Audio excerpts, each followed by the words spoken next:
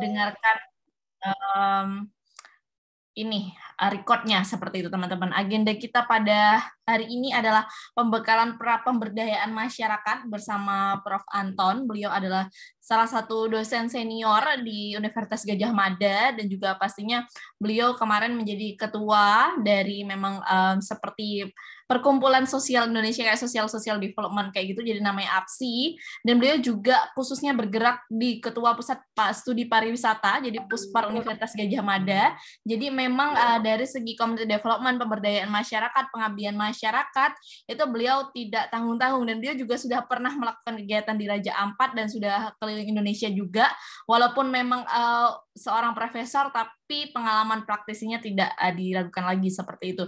Dan mungkin khususnya saya berpesan kepada teman-teman, nanti kalau memang ada sesi pertanyaan, paling enggak 3 sesi pertanyaan. Jadi nanti sesi pertanyaannya itu kita akan berlangsung sampai pukul 3 sore, jadi jam 15.00 sore. Jadi teman-teman nanti kepada Prof. Anton boleh ditanyakan apapun, tapi kalau untuk mengenai data lokasi, terus tentang lokasi bagaimana, mengenai api, itu nanti bisa ditanyakan langsung kepada kami atau kepada fasilitator, karena nanti akan ada pemaparan data lokasi. Jadi kalau untuk kepada Prof. Anton nanti mungkin bisa ditanyakan mengenai materi pembekalannya, karena biasanya itu kemarin di pembekalan sebelumnya di Pengabdi Muda berapa, saya agak lupa, itu malah dari narasumbernya ditanyain data lokasi. Jadi kan bingung pula narasumbernya kan, karena narasumbernya bukan surveyor dari API sendiri. Jadi kalau mengenai data lokasi, gimana di sana nanti kalau ngabdi nggak ada sinyal gimana, kayak gitu mungkin kalau beliau ini belum tahu di sana ada sinyal atau tidak seperti itu.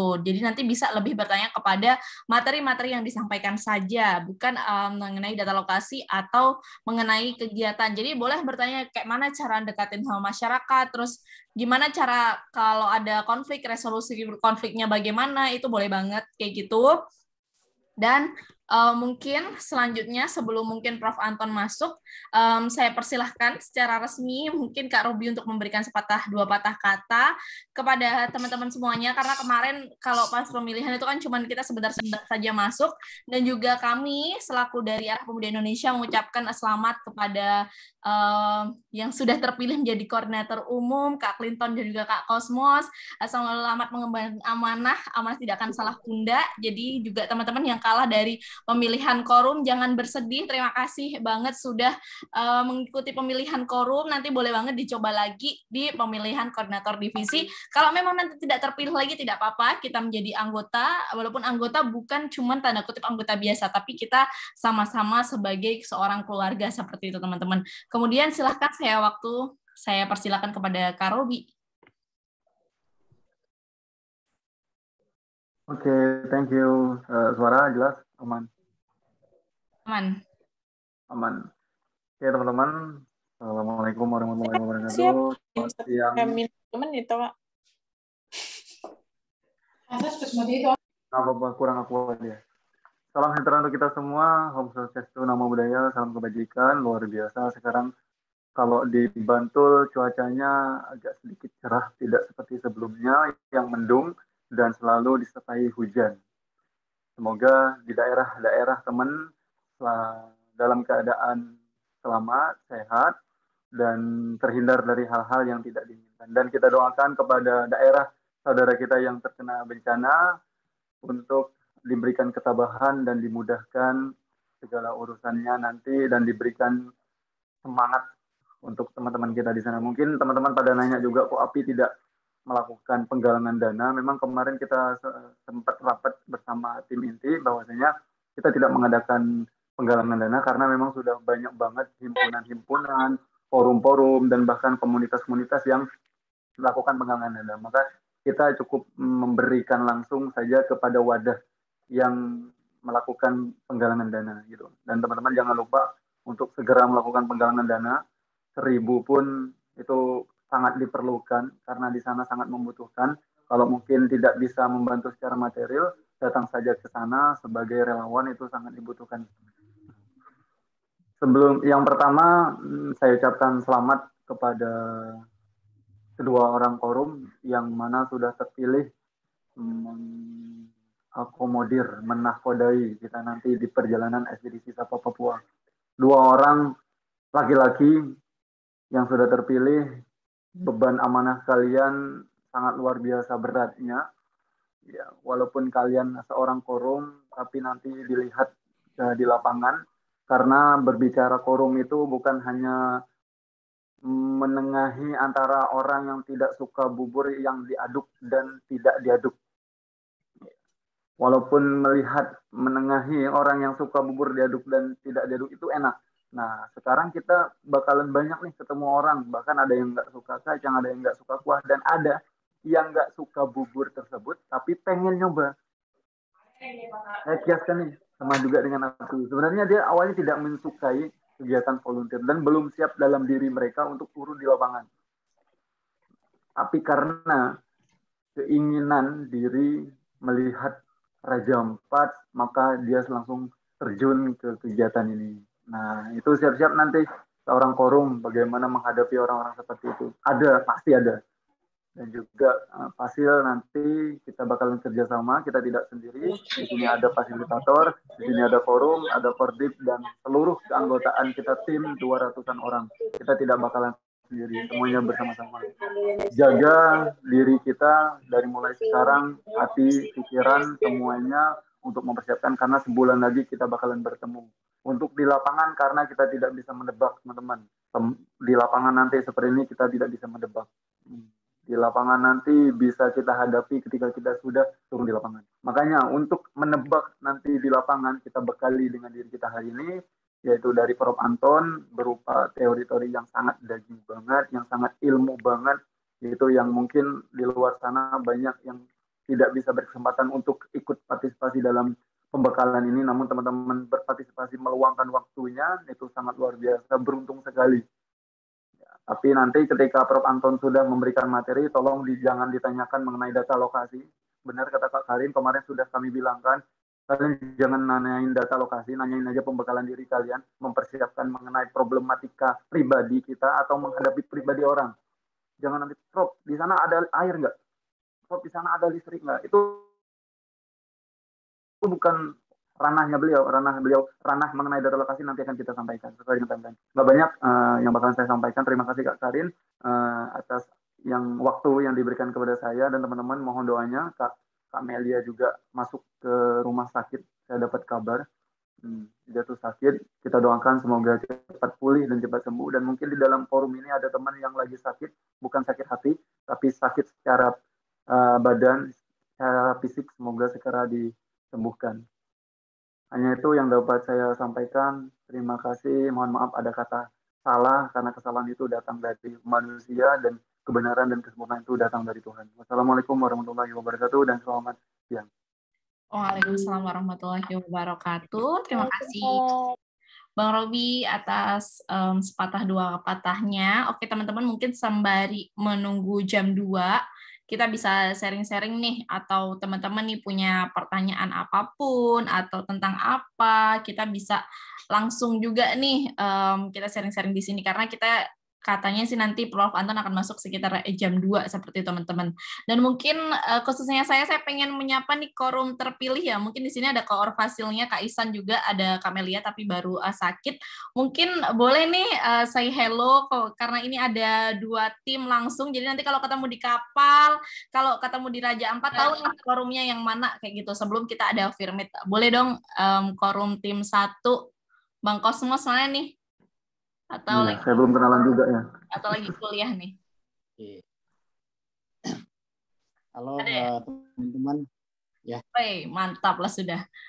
Bang Kosmos, gimana nih perasaannya mungkin terpilih jadi korum tim 1 Ekspedisi Sapa Papua 2 setelah perang politik asik tadi malam?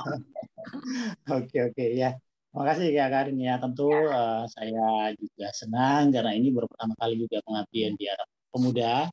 Dan saya menyampaikan terima kasih buat teman-teman semua di tim 1 yang sudah mempercayakan kepercayaan kepada saya untuk menakodai tim 1 nanti untuk kegiatan di Raja Ampat. Terima kasih Kak Karin. Oke, sama-sama Bang Kosmos. Jadi Bang Kosmos ini orang hasil Raja Ampat ya. Jadi memang Benar, udah ya. tahu juga nih daerah-daerahnya nggak salah banget teman-teman mengamanahkan kepada Bang Kosmos. Tapi sekali lagi kalau teman-teman yang kalah jangan langsung putus asa, terus jangan langsung nanti nggak mau nyalonin diri jadi Kordif. Jadi Kordif juga nggak kalah asiknya kayak gitu karena kita akan mengkodai bagaimana cara-cara kita melakukan atau menyusun program kerja divisi seperti itu teman-teman semuanya. Korum tim 2 dong, mana nih Bang Clinton suaranya? Sama gimana nih setelah terpilih? Ya, terima kasih Kak. Assalamualaikum warahmatullahi wabarakatuh. Shalom, budaya, salam kebajikan. Kalau mengenai perasaan sih Kak, ibaratnya ya ada juga senangnya kan begitu. Karena kalau berbicara di pemilihan ini keempat kalinya aku bertarung secara demokrasi ya. Jadi bahkan sebenarnya kalau melihat perjuangan semalam itu sudah melebihi skripsi menurut saya. Karena sebanyak itu pertanyaan kan kita selesaikan, mungkin nggak bisa sempat juga berpikir, tapi puji Tuhan saya mengucapkan terima kasih kepada teman-teman yang mempercayai saya. Harapannya juga kita bisa bekerja sama di dalam tim dan juga saling mengalah di segala hal agar tim kita ataupun tim 2 bisa begitu. Dan untuk Bang Kosmo, saya kenal Bang, saya asal dari Sumatera Utara, tepatnya di Kabupaten Hutan, Lintong Utara di pinggiran Danau Toba. Tapi di Palangkaraya berstudi di jurusan Kehutanan Universitas Palangkaraya. Mungkin itu Kak. Shalom, salam kenal. Oke, terima kasih Bang Clinton udah menyampaikan sepatah dua patah katanya nih teman-teman. Jadi teman-teman udah tahu ya mana forumnya, tim 1 sama tim 2. Kemarin juga udah kenalan nih sama fasil-fasilnya, fasil tim.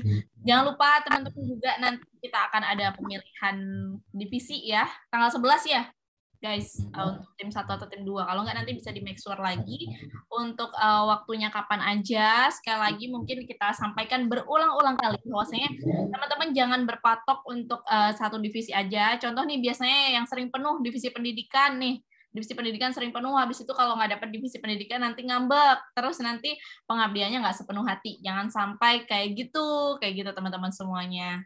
Ini Kak Ikhwan Fadil mau bertanya atau menyampaikan pendapat boleh banget nih sambil nunggu Prof. Anton karena raise hand. Silakan. Atau kepencet ya. Halo Kak Ikhwan Fadil.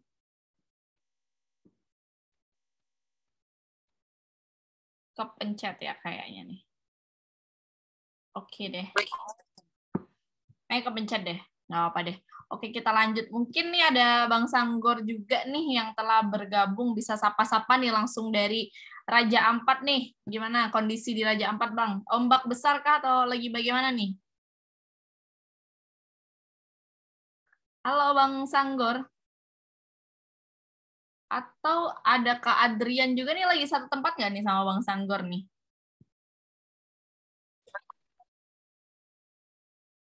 Oh, nggak nyaut. Atau sinyalku ya? Apa gimana nih? Aman ya sinyalnya ya? Tapi loading Halo Mbak Karin.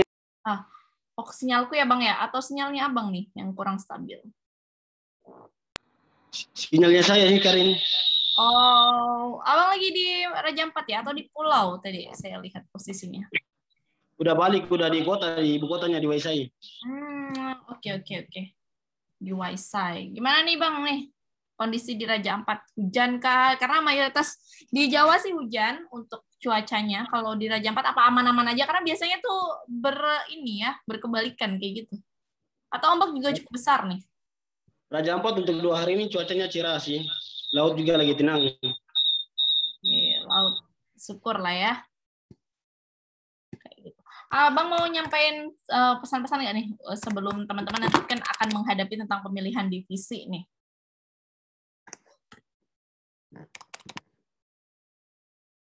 Halo, Bang Sanggor. Nyambung nggak? Atau tidak nyambung? Tidak nyambung ya? Kak Robi mungkin ada yang mau disampaikan lagi? Saya coba cross-check ke Prof. Anton dulu. Oh iya, oke. Oke, thank you Kak Karin.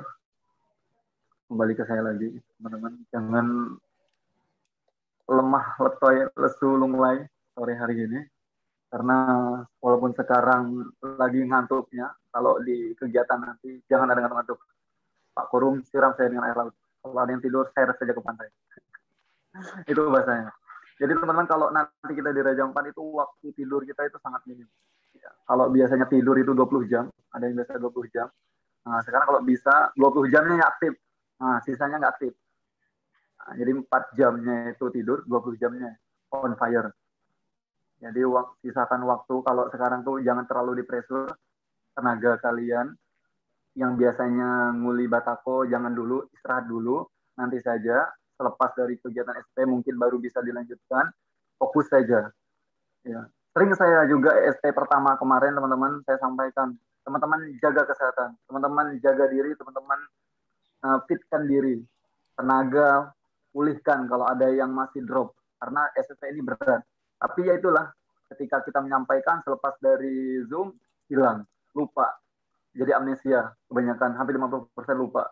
Nah, pas ketika kegiatan, ada yang tepar, ada yang matanya hampir ke atas, ada yang udah dilarikan ke puskesmas, ada kayak gitu.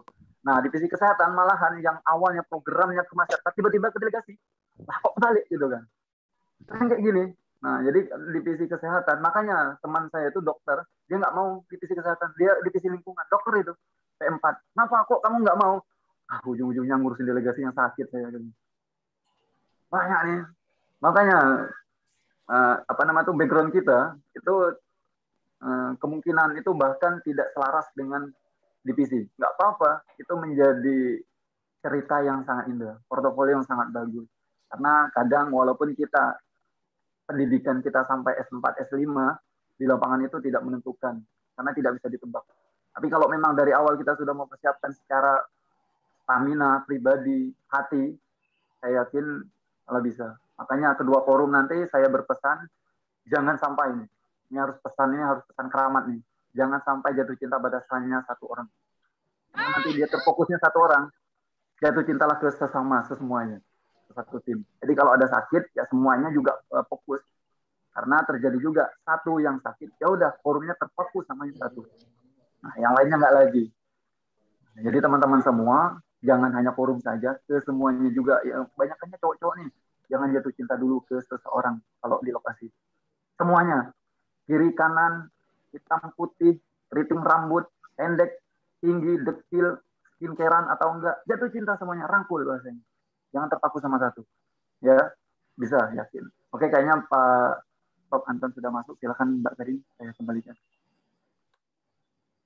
Oke, baik. Terima kasih Kak Robi selaku Ketua dari Yayasan Arah Pemuda Indonesia yang telah menyampaikan tadi sepatah dua patah kata dan juga teman-teman dari fasilitator. Oke, teman-teman semuanya ini sudah bergabung kepada kita, Prof. Dr. Pil Janianton Damanik, teman-teman semuanya. Sebelumnya mungkin mohon maaf, Profesor, apakah sudah aman dari segi suara dan juga gambarnya? Ya, sudah Mbak. Mohon maaf, ini ruangan saya sedang ditata ya. Jadi masih berantakan. Ya. Selamat siang Mbak Karin, selamat siang adik-adik semuanya yang hebat-hebat gitu ya. Siang, 130. Baik. Gimana Mbak Karin? Ya, saya aku mau ditanya apa ini? Saya izin membuka dulu ya, Prof ya. Nah, ya. Mungkin ya. Baik, terima kasih teman-teman semuanya dan juga Prof Anton yang sudah berkenan hadir di sini. Teman-teman semuanya mungkin kalau yang tidak terkendala atau terkena technical issue bisa langsung on cam, tapi kalau mungkin lagi kuliah, lagi ada technical issue boleh juga off cam teman-teman semuanya. Untuk itu izin Prof Anton bahwasanya ini teman-teman adalah delegasi dari tim ekspedisi Sapa Papua 2. Teman-teman ini akan mengabdi nanti kurang lebih dan juga perjalanan itu selama 2 minggu di lapangan karena kita tidak bisa lama-lama karena mengambil libur semester begitu Prof, dan ini memang teman-teman ini memang sekitar 70% mahasiswa seperti itu, mahasiswa S1 Prof di seluruh universitas di Indonesia. Namun 30%-nya kita dari kalangan profesional seperti guru, ada videografer, ada pegawai BUMN, ada juga dokter yang masih muda yang nanti akan turun ke lapangan. Tepatnya nanti kita di distrik Teluk Maya Limbit, Prof. Jadi dari Waisai itu kita sekitar nanti 1 jam perjalanan darat, baru nanti kita akan menyeberang lagi seperti itu, Prof, ke pulau-pulaunya. Dan mohon izin nanti Profesor mungkin bisa memberikan pencerahan-pencerahan tentang bagaimana mungkin pemberdayaan masyarakat atau pengabdian masyarakat masyarakat atau perjalanan supaya perjalanan kita ini bisa berkualitas, bisa sustainable, tidak hanya dalam tanda kutip kita pengabdian jalan-jalan itu bonus seperti itu. Jadi nanti mohon Prof. Anton boleh memberikan dari cara bagaimana pengabdian kita ini bisa berkualitas dan sustainable. Untuk itu waktu saya serahkan kepada Prof. Anton. Nanti mungkin kita akan banyakin dari sesi tanya jawabnya Prof. Jadi mungkin bisa memberikan pengantar sedikit. Terima kasih. Ya, baik Mbak Karin ini. Mbak Karin ini ternyata mahasiswa saya, toh. Iya. Ya, ini ada Mas Anif juga, Prof. Izin. Ya, oke, baik. Selamat siang, salam sejahtera untuk kita semua. Adik-adik, saya mengapresiasi kegiatan ini yang dibangun oleh pemilik masa depan, gitu ya. Tentu saja Anda semuanya. Menggembirakan sekali karena ada ide-ide kreatif yang muncul dari kalian yang bisa mendekonstruksi, ya, mendekonstruksi artinya itu mengubah kembali persepsi yang banyak mungkin ditafsirkan bahwa generasi muda itu, generasi milenial itu tidak punya apa namanya social feelings yang kuat seperti generasi-generasi sebelumnya. Itu menurut riset gitu. Tapi di sini Anda membuktikan bahwa riset itu salah dan itu sangat bagus gitu ya. Nah, itu yang pertama. Yang kedua, berkaitan dengan rencana perjalanan ke Waisai. Kebetulan saya ke Waisai juga sudah juga bertemu dengan banyak peneliti-peneliti dalam maupun asing di sana yang berkaitan dengan sustainable livelihood, gitu ya. Jadi penghidupan yang berkelanjutan. Nah, pertama yang saya mau katakan, kalau kita membuat pengabdian itu artinya kita mengabdi harus bersedia atau ada niatan untuk bisa hidup lebih buruk dibandingkan dengan orang yang menerima dampak dari pengabdian kita. Nah, ini tantangan, ya kan? Apa tantangannya kemudian? Karena mudah-mudahan adik-adik itu semua adalah orang-orang yang yang militan secara sosial untuk mengabdi. Jadi itu modal utama. Apa artinya itu? Bahwa kita di sana tidak bisa menempatkan diri kita itu sebagai orang sebagai tamu gitu. Nah, itu love at the first sight-nya itu gitu ya. Jadi kalau kita sudah memposisikan diri kita itu sebagai tamu di sana, maka cinta itu tidak akan bersemi. Ya. Kita itu akan menjadi beban bagi orang lain gitu. Nah, itu poin pertama dulu. Ini secara persiapan, secara mental dan psikologis. Nah, meskipun adik-adik semua punya modal sosial yang bagus, ada pengalaman-pengalaman, ada namanya ilmu pengetahuan, ya toh, yang bagus itu oke, ya. Tetapi di sana itu kita itu adalah orang yang belajar. Karena kita ingin mengabdi kepada mereka. Nggak bisa kita mengabdi kalau kita tidak belajar tentang siapa yang mau kita abdi. Ya. Nah, yang pertama ya. Jadi harus yang akan menentukan apakah kegiatan Anda yang 2 minggu itu akan berhasil nanti atau tidak. Yang kedua, harus dihindari bahwa kita melakukan ini dengan cara berpikir proyek gitu ya. Dan dengan cara berpikir proyek artinya bahwa ya kan kita pokoknya sudah bikin kegiatan di sana. I was there gitu ya. Kira-kira itu aja yang mau dicari gitu. Tapi apa sebenarnya yang kita tinggalkan di sana? Impresi apa yang kita tinggalkan di sana? Nah, kalau ada pertemuan antara yang pertama tadi ya, bahwa kita ke sana itu harus lebih rendah dibandingkan ya dengan orang yang ada di sana, plus dengan ini apa yang mau kita tinggalkan. Kalau ini pertemuannya itu katupnya itu kuat, maka kita akan berhasil. Itu yang Mas katakan ya.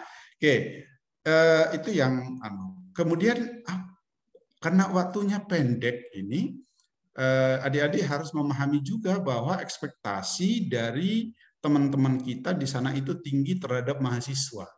Itu tinggi ekspektasinya. Nah, kalau tinggi ekspektasinya, maka kita harus juga mengatakan jangan berjanji. Di awal itu jangan pernah berjanji yang apa namanya unreachable gitu ya, yang nggak bisa dijangkau dalam 2 hari. Ya, apa kasihan masyarakat di sana itu terlalu banyak janji. Oh, pejabat aja udah banyak janjinya nggak terpenuhi, apalagi ditambah lagi dengan janji mahasiswa, ya toh? Ya jangan. Ya. Jadi kita realistis saja. We do something. Ya. Kami mengerjakan sesuatu yang kami usahakan didasarkan pada felt need, ya, kebutuhan yang dirasakan oleh masyarakat di sini. Tidak menjadi bukan berdasarkan apa yang kami inginkan. Gitu. Nah, karena yang kita lakukan itu dalam pengabdian masyarakat itu adalah memberikan apakah bantuan atau apapun namanya, teknis atau non teknis, itu didasarkan pada kebutuhan mereka di sana. Ya, kalau itu tidak ketemu, gitu, maka proyek ini akan menjadi proyek yang apa namanya ya seremoni, gitu. Mengulangi seremoni-seremoni yang sebelumnya. Nah, penting sekali itu. Setelah sampai di sana, mudah-mudahan Anda dari Sorong nanti itu kan berangkatnya itu pagi, sampailah jam 10 atau jam 11 mungkin di Waisai itu. Yang mau dilakukan pertama itu adalah mapping, ya. Mapping persoalan, gitu. Mapping masalah, gitu. Harus menggali, harus memahami apa sih masalah yang paling mendesak yang dibutuhkan oleh masyarakat di sana. Kalau keliru memotret persoalan, maka hasilnya juga nanti aksinya juga pasti akan berbeda, ya. Saya kebetulan ini baru juga mengevaluasi satu kelompok mahasiswa yang apa namanya ya, yang melakukan pengabdian masyarakat di satu daerah, dan mengevaluasinya itu kemarin, ya, baru kemarin saya kira, atau 2 hari yang lalu saya temukan persoalan besar ketika di mappingnya itu keliru, outputnya juga keliru, karena melakukan tindakan itu didasarkan pada mapping. Mudah-mudahan ini bisa membantu. Saya coba share untuk kalian semuanya. Sebentar, ya.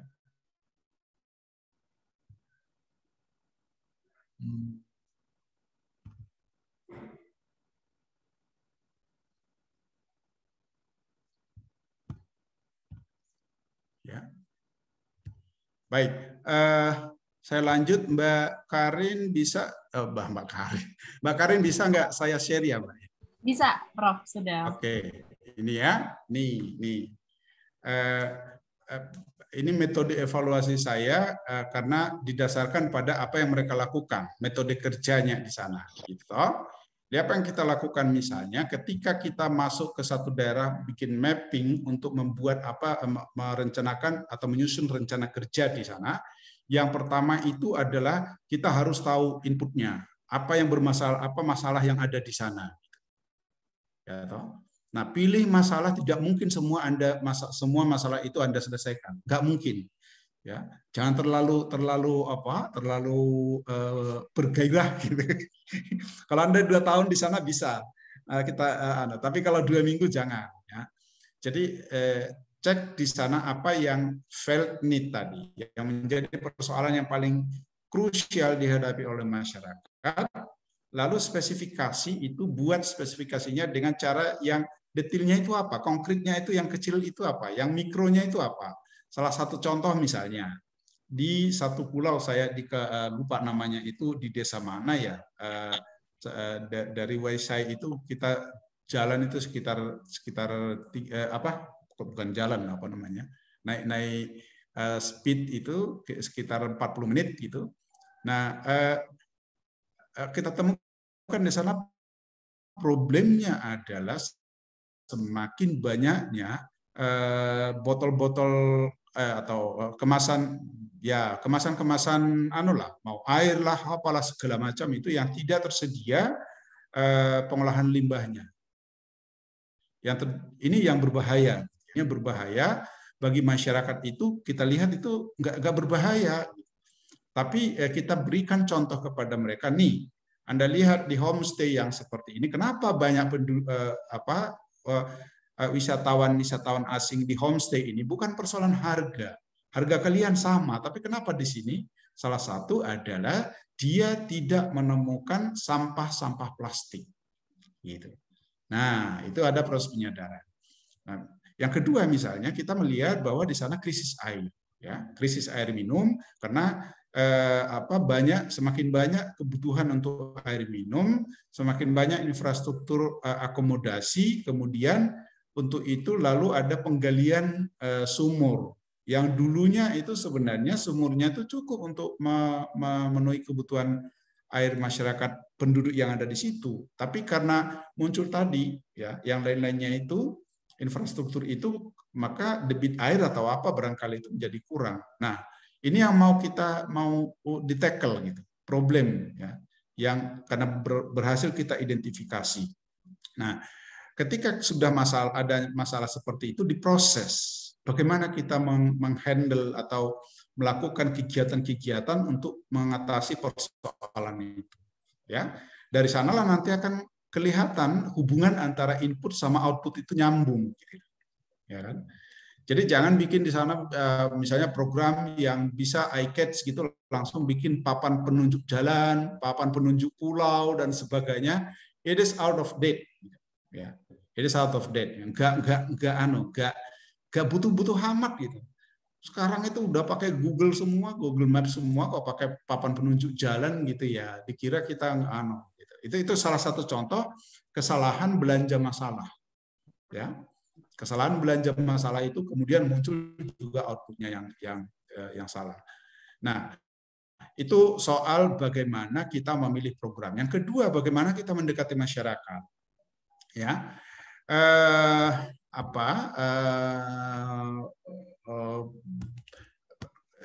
masyarakat itu memiliki struktur sendiri, memiliki struktur sosial, relasi-relasi kekuasaan itu dia punya, tradisi-tradisi dia itu punya dan sebagainya. Maka kalau dalam teori-teori di kuliah itu kan dia cari ambil key persons-nya itu tangkap gitu. Nah, ya kan? Adik-adik semuanya ini masyarakat sudah berubah. Nah, key persons itu ya adalah selama ini diartikan sebagai pejabat-pejabat desa. Benar, boleh dia sebagai key person karena dia punya authority dari negara untuk mengeksekusi pembangunan atau apapun di daerahnya. Tetapi tolong dilihat bahwa key person ini juga bisa bermasalah. Ya, kalau di Jogja kemarin di Kabupaten Sleman itu ya, pilkada itu bikin masalah. Bukan pilkada apa? Pilkades atau apalah namanya. Bermasalah karena apa gitu. Ya, karena sosok yang ditawarkan kepada masyarakat itu ternyata nggak pas gitu. Punya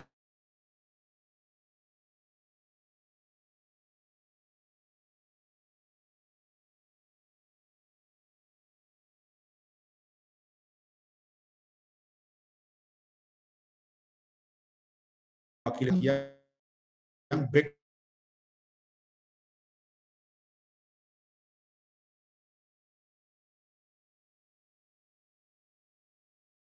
diambil ke sana, ya. Bisa diambil dari sana. Kemudian jangan berhenti di situ karena apa? Supaya pendekatan kita tidak elitis, ya. Masuk kita kepada orang-orang yang juga menjadi pemilik pemilik otoritas, ya. Apakah misalnya ya saya nggak tahu ya, yang kami temukan di sana dulu itu ada pendeta misalnya, ya. Kita ngomong dengan mereka, diskusi dengan mereka, itu juga bisa memperoleh gambaran dan bisa memengaruhi apa yang kita lakukan di sana gitu. Tetapi hati-hati bahwa tidak automatically ya kalau dia setuju lalu juga setuju masyarakatnya, enggak juga jaminan, tapi at least kita dapat insight pertama bahwa kondisi yang ada di sana itu lebih mudah kita tangkap seperti apa untuk memetakan tadi felt need-nya. Jadi kebutuhan yang dirasakan itu ya, kebutuhan yang mendesak itu. Kemudian begini, tantangan yang sering muncul itu adalah memosisikan kita orang luar itu sebagai Robin Hood gitu. Sebagai apa namanya? Sinterklas gitu ya. Jadi kalau ada mahasiswa datang ke sana itu dianggap itu sudah bawa bekal. Ini ada sponsornya, ya minimal sponsornya orang tua gitu. Artinya Anda itu bukan orang paria. Kalau orang paria Anda nggak mungkin datang ke sana gitu. Pasti Anda itu adalah orang-orang yang at least itu di background ekonominya itu above average. Nah, jadi ada harapan-harapan dari masyarakat itu biasanya bahwa kita itu memberikan sesuatu yang sifatnya itu instan, yang mudah langsung dinikmati oleh mereka. Tapi saya tidak menganjurkan itu. Yang saya anjurkan adalah bagaimana membentuk sikap positif mereka, bagaimana membentuk image, dan juga merasakan pengalaman yang dengan itu mereka bisa maju. Gitu. Ya, mungkin tidak terlihat. Gitu. Bagaimana mengubah mindset misalnya. Ada satu contoh kami dapatkan dalam wawancara, dia bilang, ya saya di dalam perjalanan, kebetulan guide, ya, dia katakan ya saya nggak perlu sih Pak punya sertifikat, saya nggak perlu sih Pak belajar kayak bapak-bapak ini, toh saya ini pasien, dia bilang pasien, bilang langganan, dengan langganan ini saya bisa bangun rumah di Sorong, ada di Waisai dan seterusnya dan sebagainya. Nah. Boleh seperti itu, tetapi harus misalnya kita sampaikan, sampai kapan Anda bisa bertahan seperti itu, karena besok-besok ya sejalan dengan perkembangan pariwisata di sini, yang dicari orang itu adalah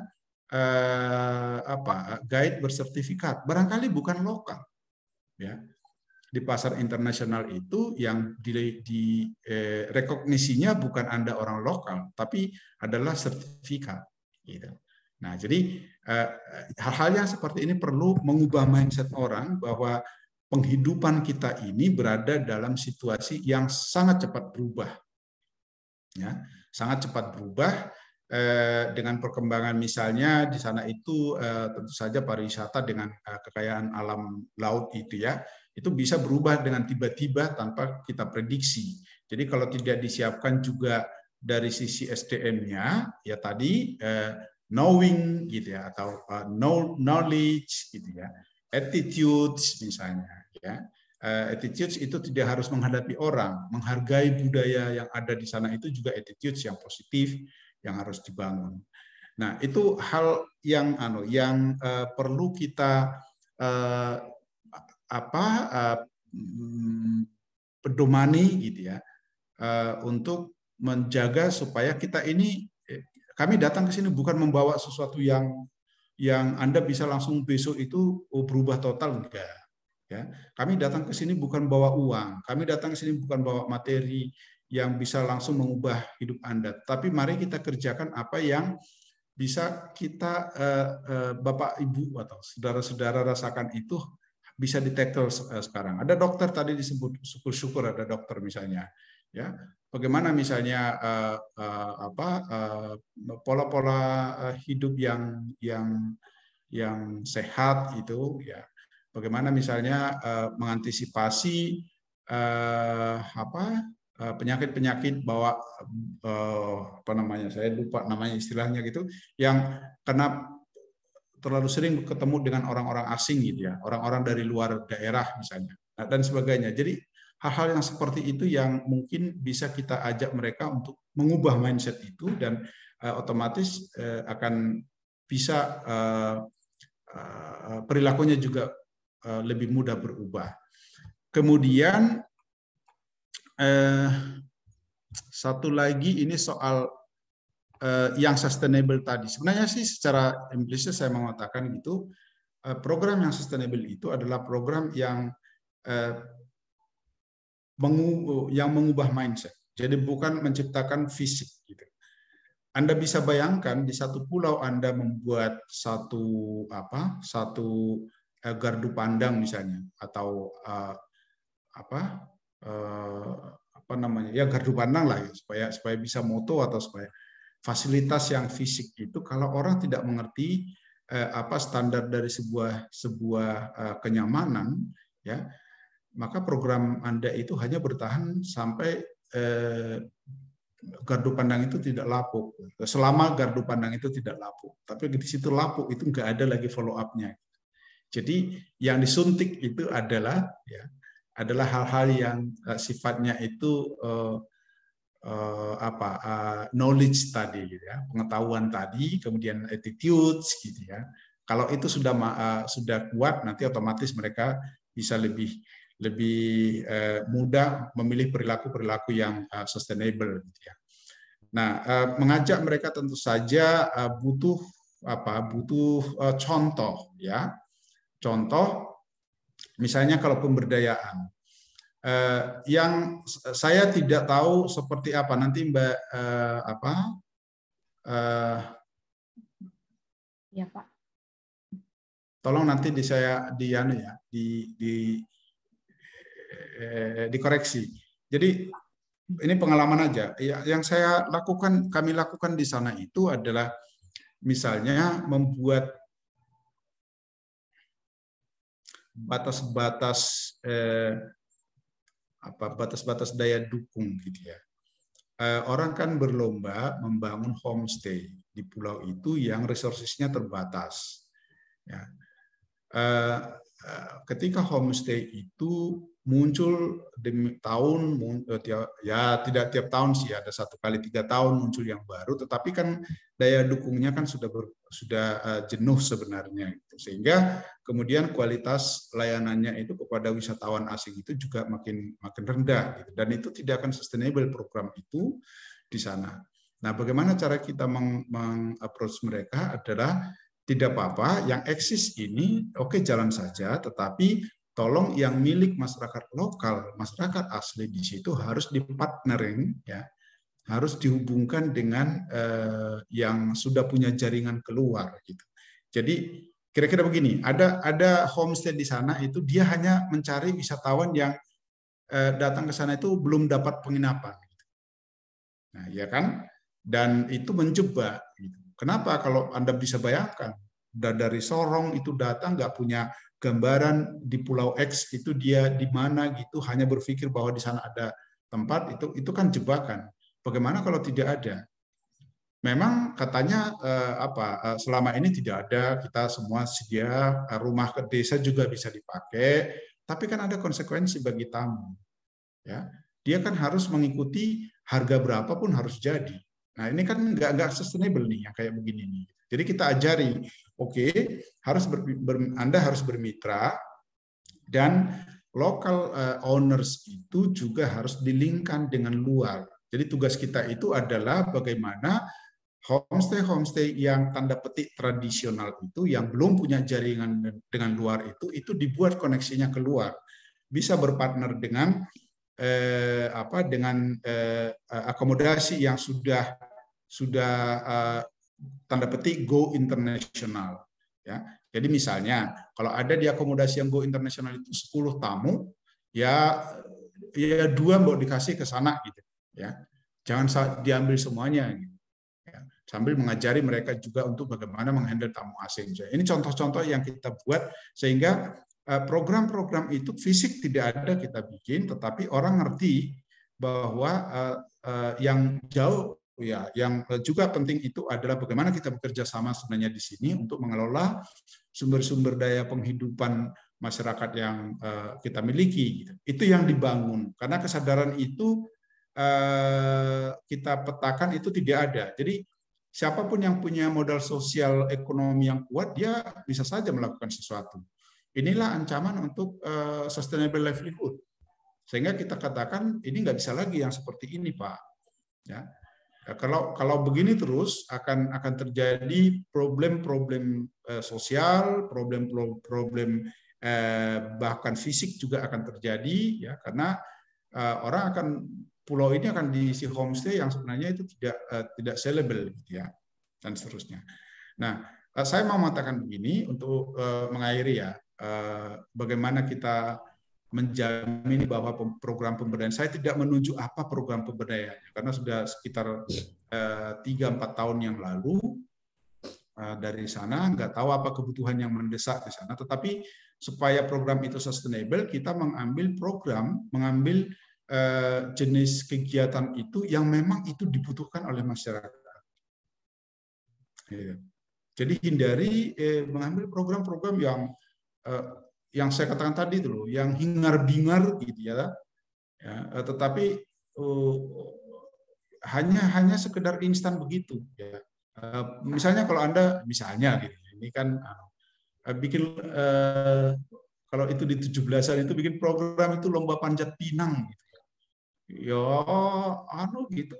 Gak usah diprogramkan juga mereka bisa, jangankan panjat pinang gitu, batu padas yang gitu tajam-tajamnya gitu udah dipanjat gitu. Enggak.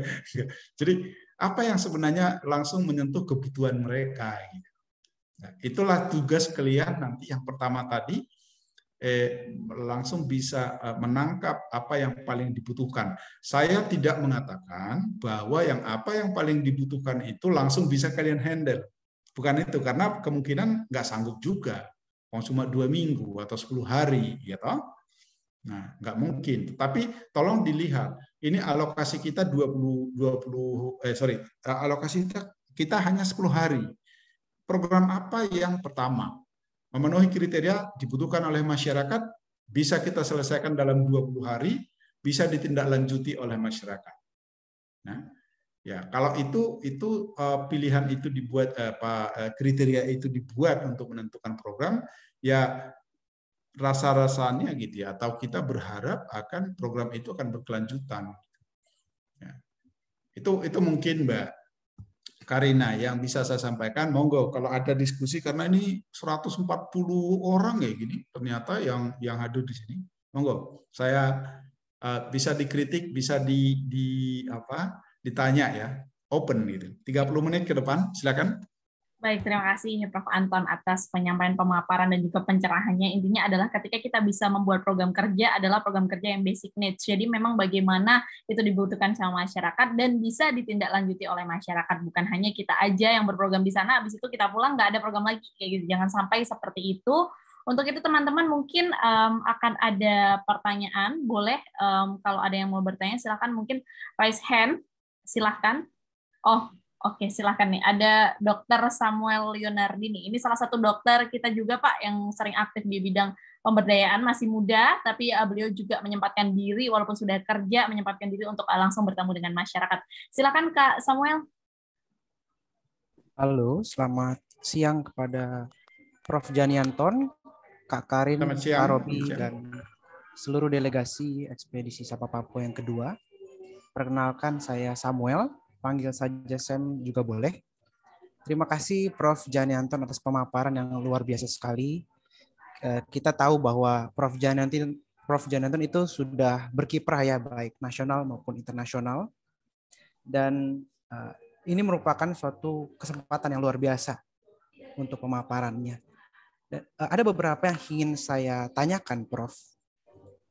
Pertama-tama adalah mengenai, tadi Prof. sempat mention mengenai input, proses, dan output. Menurut Adaptive Management Framework, untuk membuat satu program kerja, itu ada mendesain suatu program kerja, pra-pengabdian, implementasi pada saat pengabdian, setelah itu monitoring, adaptasi, dan meredesain suatu program kerja pasca pengabdian. Pertanyaan saya adalah spesifik kepada bagaimana sih, Prof, sekiranya kita yang pengabdian itu hanya jangka pendek dan ketemunya pun hanya beberapa hari, bagaimana kisi-kisi atau tipsnya untuk kita melakukan evaluasi program. Dan sekiranya tadi Prof ada mention juga mengenai program kerja yang sustainable dengan komunikasi dengan tokoh lokal, baik itu keagamaan maupun kepala desa. Sekiranya kesulitan kami sebagai delegasi adalah untuk mempertahankan suatu program kerja tersebut. Kapan kita harus meredesain ulang suatu program kerja yang sudah kita canangkan, jadi pasca pengabdian, Prof. Itu yang pertama. pertanyaan yang kedua adalah kita tahu bahwa Profesor Janianto juga berkiprah sebagai speaker pun ia, pendidikan pun ia juga, nasional dan internasional. Dan mohon maaf Prof, saya melihat bahwa Profesor Janianto ini menempuh pendidikan di Jerman, betul ya Prof ya? Di Belfield, University of Belfield. Dan pertanyaan saya sebetulnya agak bergeser ya.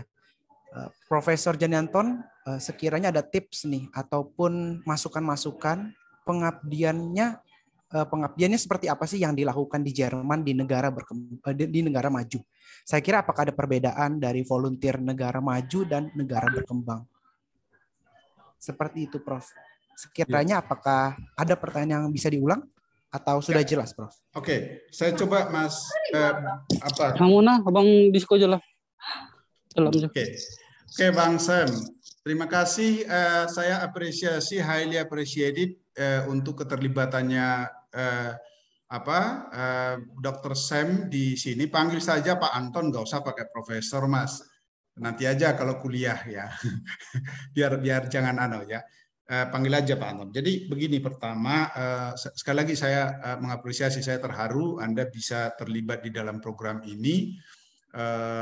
Tidak banyak gitu. Biasanya orang itu kalau sudah dokter itu cari rumah sakit paling mahal dan internasional yang tarifnya dalam dolar gitu ya. Tapi Anda masih tertarik menyumbangkan pengabdian di sini, luar biasa. Oke, pertanyaan yang pertama itu begini, kalau itu durasinya pendek, kita nggak mungkin mengevaluasi hasil, Mas.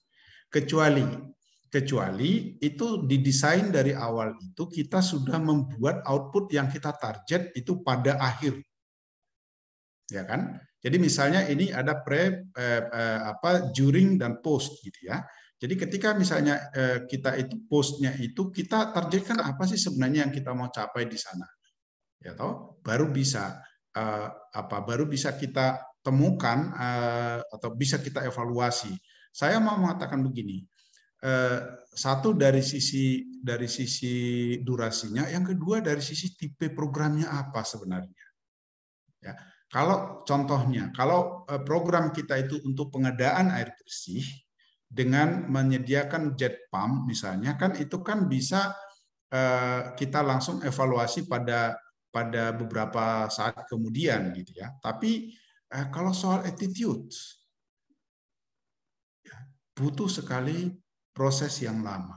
Jadi intinya adalah tipe program yang kita buat itu akan menentukan bagaimana cara dan durasi waktu yang kita butuhkan untuk mengevaluasi. Itu jawaban yang pertama. Yang paling bisa dilakukan adalah evaluasi proses. Gitu kan? Jadi apakah proses-proses yang kita lakukan ini sesuai benar dengan standar-standar atau prosedur-prosedur yang sudah ditentukan sejak awal. Itu sambil jalan bisa dilakukan proses. Tapi kalau melihat secara keseluruhan bahkan sampai outcomes-nya misalnya, itu butuh waktu. Ya. Di level evaluasi output itu yang paling bisa kita lakukan adalah tadi. Misalnya ya, oke, kita sudah target kita memasang 3 jet pump misalnya ya. Misalnya yang contohnya seperti itu. Ya udah kalau kita sudah terpasang it's okay gitu. Tapi kemudian kan sebenarnya yang jauh lebih penting itu adalah apakah masyarakat tahu menggunakan, mengoperasikan, mereparasi mereparasi dari jet pump itu kalau rusak gitu. Itu kan outcomes-nya gitu ya. Nah, ini ada satu contoh yang menarik, Mas. Waktu ada PNPM dulu, saya ke salah satu desa di Sulawesi Utara di kota bunga kita itu, aduh sudah lupa saya. Jadi ada satu kabupaten di sana, kita melihat gitu, program yang dibuat itu terlalu saya katakan mulu-mulu barangkali agak aneh ya, tapi tidak disesuaikan dengan kompetensi masyarakat yang ada di sana. Kenapa? Yang dilihat itu adalah oke, sudah ada speedboat di danau itu, sudah kita siapkan speedboatnya, semua spesifikasi mesinnya oke dan seterusnya. Pertanyaannya kemudian, kalau mesinnya itu rusak, siapa yang bertanggung jawab dan bagaimana caranya gitu. Sehingga kemudian program itu ketika ya jalan cuma 3 bulan, setelah itu perahunya pecah, mesinnya itu rusak dan sudah di atas pohon apokat gitu ya. Nah, itu kan nggak sustainable gitu. Karena kenapa tidak sustainable? Karena desain programnya dari awal itu kurang matang. Itu yang pertama tadi, Mas. Jadi sekali lagi tidak bisa dievaluasi keseluruhan pada tingkat output, tapi di proses itu at least kita bisa memprediksi apakah program ini nantinya akan berkelanjutan. Yang kedua soal bentuk kerelawanan ya masyarakat di Jerman, sebenarnya agak sulit kita membandingkan karena culture dua bangsa ini berbeda gitu ya. Kemudian negara itu sangat kuat otoritasnya itu sangat kuat proteksinya terhadap masyarakat, sehingga gambaran-gambaran yang kita bayangkan yang ada di Indonesia ini mungkin agak sulit di sana. Setidaknya saya sampai tahun 2008 saya pulang dari sana 99. Kemudian 2 kali saya sebagai dosen tamu di sana, terakhir 2008 itu masih konteksnya seperti itu. Kita katakan misalnya saya buat contoh yang paling mudah itu orang menjadi relawan itu sangat terstruktur gitu, tidak seperti yang Anda buat ini. Contoh mahasiswa itu dia wajib menjalani program wajib militer misalnya.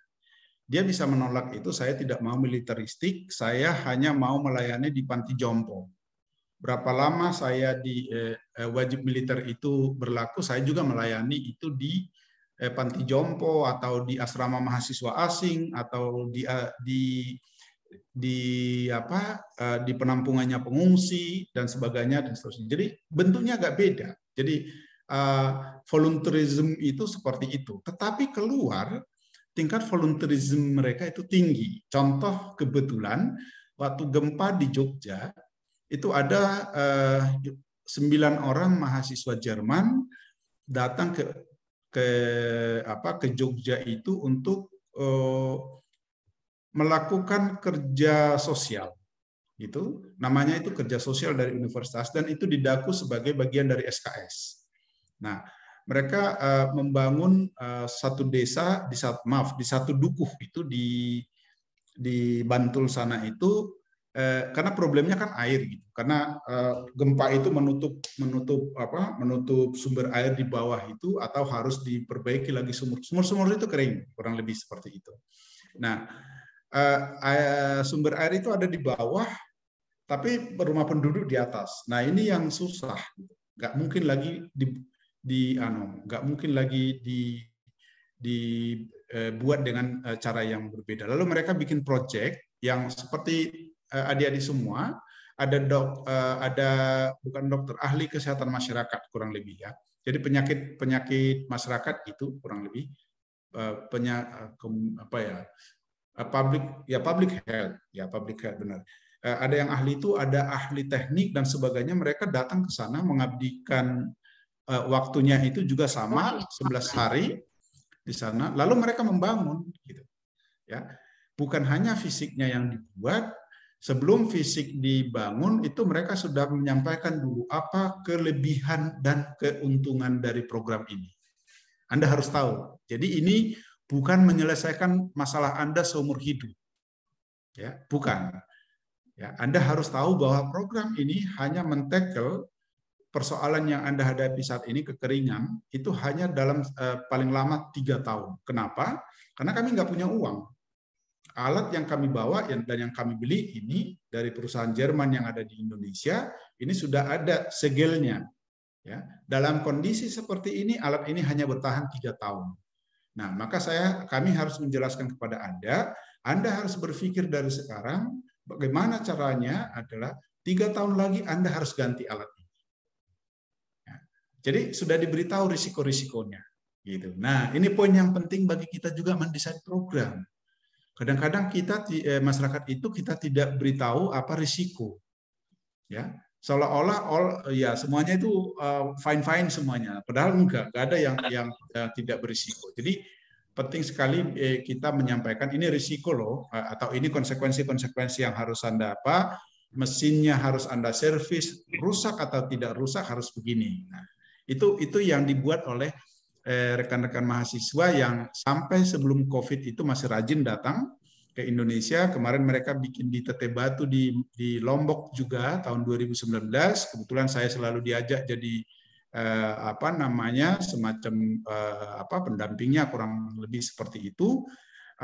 Selalu mereka membuat programnya itu, tapi di luar. Ya. Nah, bagaimana dengan masyarakat di sana? Agak sulit mengatakan ada namanya volunteer karena semua terdesain dengan baik, gitu ya. Terdesain dengan baik. Misalnya waktu ada banjir di Dresden atau Jerman Timur pada umumnya, kalau saya tidak salah sebelum COVID, 2 tahun sebelum COVID. Nah, di sana itu yang kita harapkan, misalnya kalau di sini kan masjid pasti bergerak, ya toh, gereja pasti bergerak. Ya, di sana itu di-tackle oleh negara. Ditekel oleh negara, jadi bahwa ada kemudian misalnya berbagi makanan itu ya tidak seperti di sini setiap hari bagi makanan, ya. Jadi orang berusaha selalu untuk melepaskan diri dari ketergantungan supaya mandiri, gitu ya. Nah, itu yang dibuat orang di sana, mentalitas seperti itu kuat di sana. Orang berani menolak, enggak, saya enggak usah lagi, enggak mau, saya sudah bisa, gitu. Nah, mentalitas seperti itu kuat, sehingga kalau kita katakan volunteerism ke dalam itu relatif sedikit, tapi volunteerism keluar itu sangat besar. Kita bisa belajar dari tsunami di Aceh misalnya, itu volunteer dari Jerman itu banyak sekali yang berdatangan, dari Eropa pada umumnya berdatangan, tetapi in terms of mengabdi kepada luar komunitasnya, karena mereka sudah settle, Mas. Sistem mereka itu sudah settle. Apalagi saat-saat sampai sekarang ini kayaknya meskipun COVID itu ekonomi Jerman itu yang termaju di Eropa saat ini, ya. Mereka sangat sekali, ketat sekali dan kuat sekali membangun itu. Nah, saya belum bisa menemukan, satu kali saya pernah tahun 2004 kunjungan setelah postdoc, ya, kurang lebih itu saya pernah terlibat di komunitas gereja di sana, tapi juga nggak sama, gitu ya, nggak sama, karena itu tadi siapa yang mau dibantu ini, gitu ya. Siapa yang mau dibantu? Ada banyak pengungsi di sana, tetapi itu semua wewenang negara. Ya. Jadi tidak ada misalnya seperti kita di sini, kalau ada pengungsi kita stok, kita suplai dengan makanan, obat-obatan dan sebagainya. Di sana itu hampir tidak ditemukan karena tanggung jawab negara itu begitu dominan, begitu kuat. Ya. Makanya susah kalau misalnya ada pengemis itu sambil main gitar itu lebih banyak sumbangannya orang-orang di Indonesia kepada pemain musik jalanan itu dibandingkan di sana. Itu bisa dikasih sen, gitu.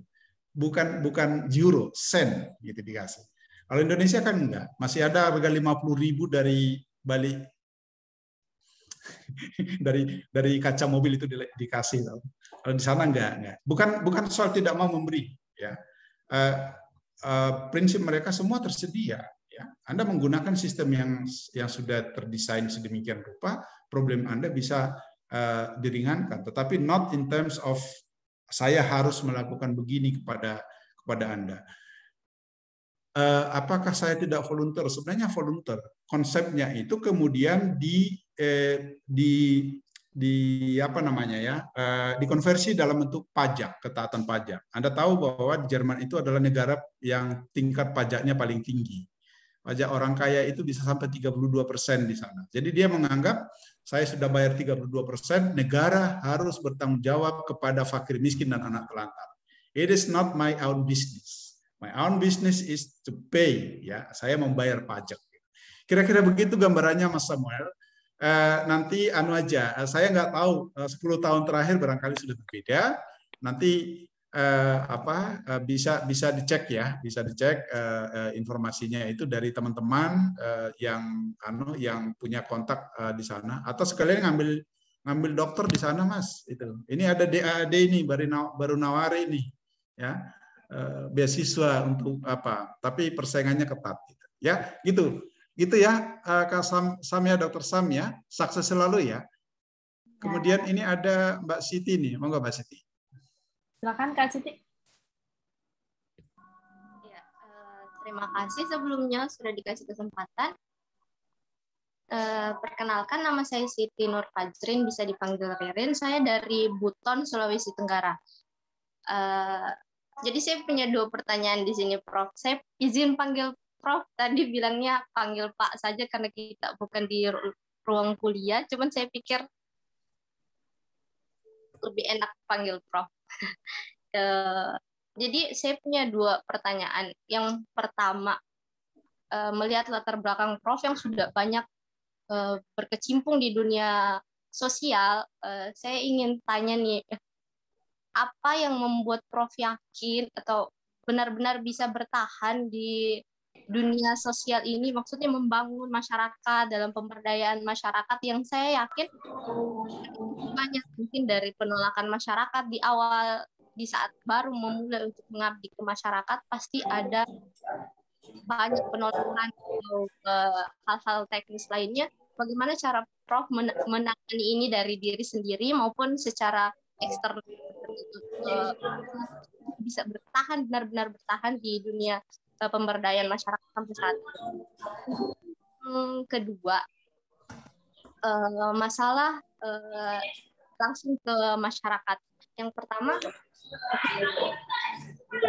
bagaimana cara kita meyakinkan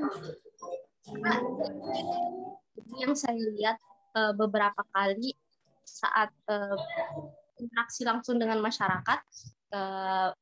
Sekedar informasi, saya dari jurusan planologi, jadi cukup banyak berinteraksi langsung dengan masyarakat. Cuman yang saya lihat di saat kita membuat suatu program untuk masyarakat, kebanyakan dari masyarakat ini lebih menuntut program-program yang fisikal, istilahnya yang bisa mereka lihat secara langsung. Sementara di saat kita ingin melakukan yang tadi seperti Prof bilang, lebih kepada membangun masyarakatnya, itu cenderung tidak begitu diterima seperti itu. Jadi pertanyaan saya, bagaimana cara kita supaya bisa meyakinkan masyarakat bahwa apa yang program yang ingin kita lakukan ini sebenarnya lebih dibutuhkan ketimbang kita membangun sarana prasarana fisik seperti itu.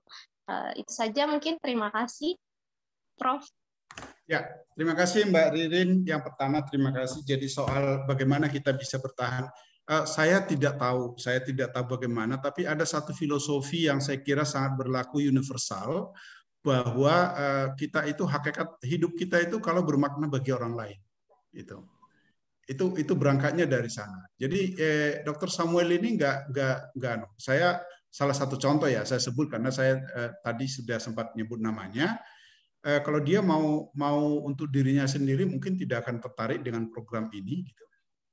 Itu satu. Jadi kita harus bermakna bagi orang lain. Itu esensi hidup yang universal. Nah, bagaimana kita bermakna hidup? Ya memang tidak mudah. Kalau kita mau yang mencari sesuatu, misalnya pujian, ya, bukan pujian, puji-pujian gitu. Kan orang Indonesia kan kalau katanya almarhum Profesor Kuncharaningrat, orang Indonesia itu kan suka dipuji-puji meskipun nggak punya prestasi gitu. Iya kan? Nah, ya kalau target kita itu hanya untuk dipuja-puji, kita tidak akan bisa betah di dalam dunia pengabdian masyarakat. Ya. Ini saya sampaikan kepada Anda, bukan itu. Tapi Anda atau kita sebenarnya ada satu yang namanya itu istilah psikologinya itu apa ya, lupa saya. Jadi kita memberikan sesuatu, orang melihat orang lain yang kita kita bantu itu bahagia, kita jauh lebih bahagia. Nah, sampai ke titik itu, gitu loh. Ya. Nah, jadi kalau sudah sampai di titik itu, maka kita tidak akan pernah merasa capek. Nah, selalu kita tertarik, selalu apalagi. Gitu. Itu satu, Mbak. Jadi tentu saja perlu rekognisi, ya, ada pengakuan, ya. Bukan kita tidak manusia yang super sehingga, saya nggak perlu dipuji, saya nggak perlu pengakuan, enggak, bukan itu maksudnya. Tapi rekognisi itu artinya bahwa orang ketika kita melakukan sesuatu yang berhasil itu, orang juga akan memberikan perhatian. Rekognisinya seperti apa? Ini Mbak Karina ini maksud saya bocorin rahasianya nih. Kalau di WA saya dia mengatakan ada dukungan dari Pertamina untuk proyek ini. Itu rekognisi. Ya, you have to be proud of it. Gitu. Saya sampai sekarang udah babak belur nih, udah sampai gundul begini, belum pernah dapat dukungan dari Pertamina. Gitu. Itu rekognisi. Jadi ketika ada rekognisi seperti itu, kita tertarik terus untuk berprestasi. Nah, itu salah satu. Tapi jangan mengejar-ngejar penghargaan yang sering juga menjadi motivasi utama supaya saya dikenal orang, supaya saya terkenal dan sebagainya gitu. Jangan itu menjadi motivasi utama, karena itu akan membuat Anda menyusun program-program itu juga hanya program-program bubble gitu ya. Bubble itu apa namanya, busa gitu ya, kelihatan besar gitu tapi kopong isinya gitu. Nah, itu satu.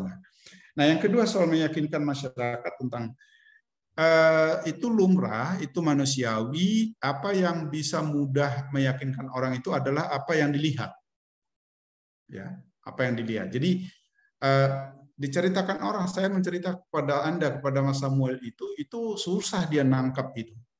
Ya, bagaimana? Tapi kalau dia lihat langsung di Jerman itu seperti apa, baru gitu. Itu lebih mudah dipahami. Jadi sama dengan program Anda ini, kalau Anda membuat program itu misalnya penyuluhan, ya toh, ya, penyadaran masyarakat. Kalau saya sering mendampingi pejabat dari Jakarta itu bikin program itu sosialisasi Tok Darwis gitu. Sabta Pesona, khotbah terus setiap hari, ya toh. Ya nggak mau masyarakat itu dikhotbahi terus. Wong di mana-mana dia udah dapat khotbah gitu.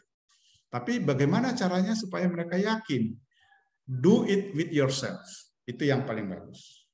Ya, do it yourself. Jadi artinya apa? Kalau kita mau mengatakan kepada masyarakat itu, misalnya tolong ya jangan dibakar sampahnya, gitu. Ya, jangan dibakar sampahnya. Itu baru soal melarang, gitu. Masyarakat itu nggak akan bisa menerima larangan-larangan seperti itu kalau kita tidak memberi satu contoh. Apa sih risikonya sebenarnya kalau bakar sampah, apalagi sampah plastik? Gitu. Nah, itu satu. Yang kedua, bagaimana caranya? Kalau nggak dibakar terus seperti apa? Gitu. Seperti apa caranya? Saya nggak tahu, kata masyarakat. Ya kan? Anda yang lebih pintar, bagaimana caranya kalau nggak dibakar terus diapain? Gitu.